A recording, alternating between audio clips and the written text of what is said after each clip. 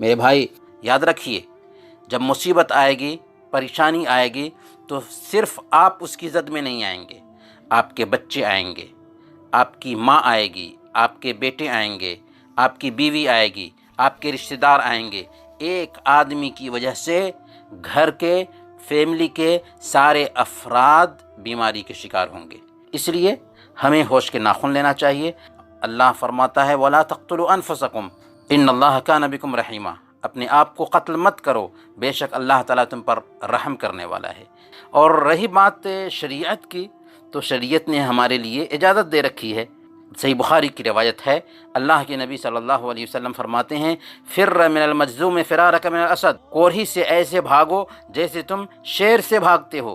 اور صحیح مسلم کی روایت ہے، شرید بن سوید الثقفی رضی اللہ تعالیٰ عنہ بیان کرتے ہیں کہ بنو ثقیف کے وفد میں ایک کوڑھی آیا تھا، اللہ کے رسول صلی اللہ علیہ وسلم نے اس سے ہاتھ نہیں ملایا، ہاتھ ملا کر کے اس سے بیعت نہیں کی، حالانکہ آپ رحمت للعالمین ہیں، اور آپ نے اس تک خبر بھیجی کہ میں نے تم سے بیعت لے لی ہے، تم لوٹ جاؤ۔ بخاری اور مسلم ہی کی روایت ہے، اللہ کے نبی صلی اللہ علیہ وسلم بیان فرماتے ہیں کہ لا یوردن ممرد علی مصح، کہ بیمار اونٹ تندرست اونٹ میں نہ لایا جائے۔ یہ سارے جو نصوص ہیں اس بات کی تعلیم دیتے ہیں کہ ہمیں چاہیے کہ بیماری سے بچاؤ اختیار کریں۔ مسجد میں ہم جاتے ہیں، جائے نماز پر سجدہ کرتے ہیں، اگر وائرس سجدے کی حالت میں کسی کا آ گیا تو دوسرے لوگ وہاں پر سجدہ کریں گے تو اس تک بھی وہ منتقل ہو سکتا ہے۔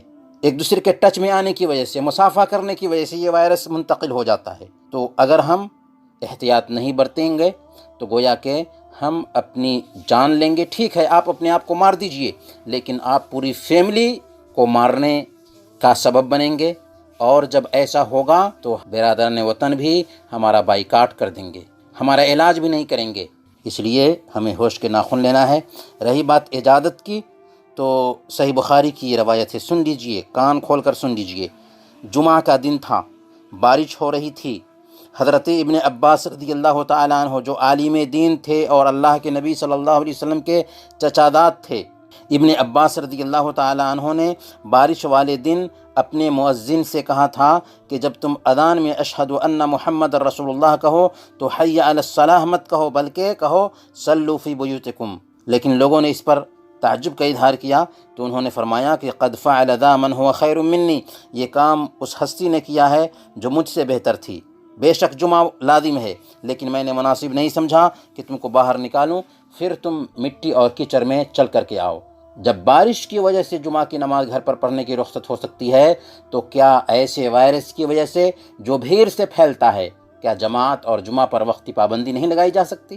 اسی لیے بریلوی مکتب فکر کے علماء ہوں، دیوبندی مکتب فکر کے علماء ہوں، اہل حدیث علماء ہوں، سارے لوگوں نے اتفاق کے ساتھ یہ فتوے جاری کر دیے ہیں کہ جماعت نہیں ہوگی، جمعہ کی نماز چند لوگوں کے ساتھ پڑھ لی جائے، باقی لوگ اپنے اپنے گھروں میں نماز پڑھیں۔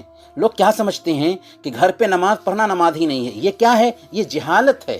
آپ سمجھنے کی کوشش کیجئے کہ آج اگر ہم نہیں سمجھتے ہیں تو ہمارے حالات بد سے بدتر ہوتے جائیں گے۔ اس لیے ہمیں چاہیے کہ شریعت کی روح کو سمجھیں، اپنے اپنے گھروں میں نماز ادا کرنے کی کوشش کریں، اور یاد رکھیے، یہ مت سوچئے کہ مسجد میں جا رہے ہیں عبادت کرنے کے لیے تو اللہ بچا لے گا۔ میرے بھائی حافظ ابن حجر رحمۃ اللہ علیہ نے 739 ہجری کے واقعہ میں بیان کیا ہے کہ دمشق میں طاعون آیا تو لوگ صحرا میں نکلے، شہر کے اعیان بھی اس میں شامل تھے، دعا کی، استغاثہ کیا، اس کے بعد کیا ہوا؟ طاعون اور زیادہ ہو گیا۔ کیوں زیادہ ہوا؟ اس لیے کہ لوگ جماعت کے ساتھ میں نکلے تھے، دعا کی تھی، استغاثہ کیا تھا، لیکن ایک ساتھ اکٹھا ہونے کی وجہ سے طاعون کی بیماری اور پھیل گئی۔ اسی طریقے سے حافظ ابن حجر رحمۃ اللہ علیہ نے لکھا ہے کہ ہمارے زمانے میں سب سے پہلے قاہرہ میں 27 ربیع الاول 833 کو پہلی بار طاعون آیا۔